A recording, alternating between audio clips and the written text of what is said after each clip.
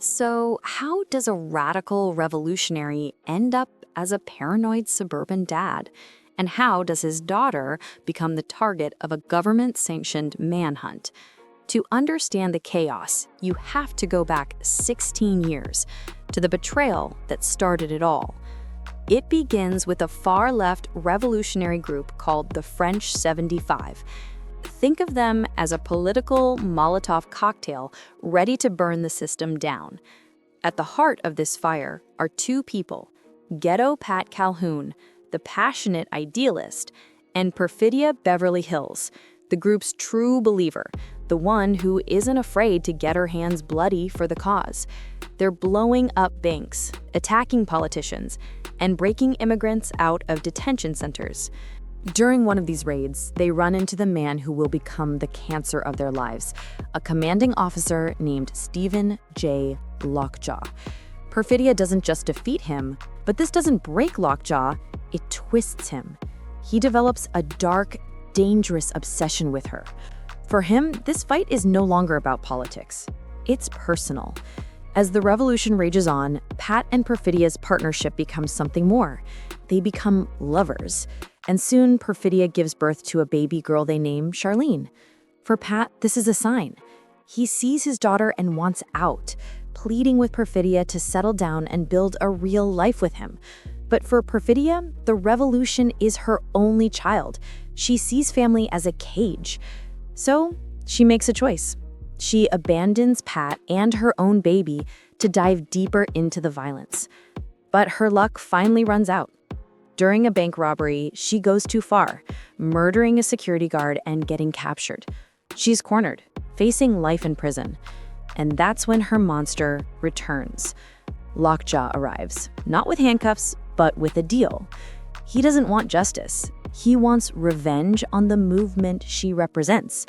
And he'll use his obsession to get it. He offers her a simple, soul-shattering trade: her freedom in exchange for the whereabouts of every key member of the French 75. And she takes the deal. Perfidia sells out her comrades, her friends, her entire life's work to the very man who was hunting them.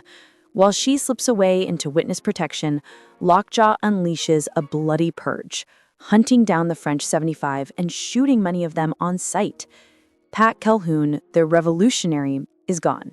In his place is just a father, grabbing his baby girl and running into the darkness, with the ghosts of his betrayed friends chasing him every step of the way. Fast forward 16 years. The revolutionary fire has burned out, leaving nothing but ash and paranoia. Pat is now just Bob, a washed-up stoner living off the grid. The trauma of the betrayal has consumed him, turning him into a ghost haunted by the past. His entire life revolves around protecting his daughter, Charlene, who now goes by Willa. To her, he's just a weird, overprotective dad whose paranoia is suffocating. She has no idea that the monsters he sees in the shadows are very, very real. And the biggest monster of all has been climbing the ladder. Stephen Lockjaw didn't fade away, he thrived. His ruthless anti-immigration stance made him a star in the US security agencies, and now he's a powerful colonel. He's just received the invitation of a lifetime, a seat at the table with the Christmas Adventurers Club, a secret society of America's most powerful white supremacists. But there's a catch. The club has one unbreakable rule: no interracial relationships. And Lockjaw's dark, obsessive past with Perfidia is a ticking time bomb. He realizes he has to scrub his history clean, and that means erasing the one piece of living evidence: his daughter, Willa. Disguising his mission as an immigration and drug enforcement raid, Lockjaw unleashes his private army on Willa's sanctuary city. The attack is swift and brutal. Bob gets a warning from the old resistance network, but it's too late. His home is breached and he barely escapes with his life. Willa is almost captured at her school, but she's rescued at the last second by a trusted member of her father's old crew. She's taken to the one place Lockjaw wouldn't think to look: a convent filled with revolutionary nuns. It is here that Willa's world shatters. She finally learns the truth about her mother, not as a heroic freedom fighter, but as a traitor who sold out everyone she loved to save herself. But that's not even the biggest secret. Lockjaw, relentless, tracks Willa down to the convent. He holds her hostage, but before he can finish the job, his own paranoia gets the best of him. He needs to be absolutely sure. He forcibly takes her DNA for a paternity test. And as the results come in, the entire story is turned on its head. The test is a match. Stephen Lockjaw, the monster who has been hunting her, the man who destroyed her family, isn't just her mother's old enemy, he is her biological father. His twisted hunt to erase a political liability has just become something far darker, a father's monstrous mission to execute his own child. The moment Lockjaw confirms he's Willa's father, the entire situation explodes. But the first shot doesn't come from him. It comes from the very people he was trying to impress. His racist new friends at the Christmas Adventurers Club found out about his secret anyway, and they can't have that kind of liability. They dispatched their own ruthless assassin, a man named Tim Smith, with one simple order: eliminate Lockjaw and his daughter. The hunter has just become the hunted. Smith tracks Lockjaw down and, in a shocking moment of violence, shoots him directly in the face with a shotgun, leaving him for dead in a car wreck.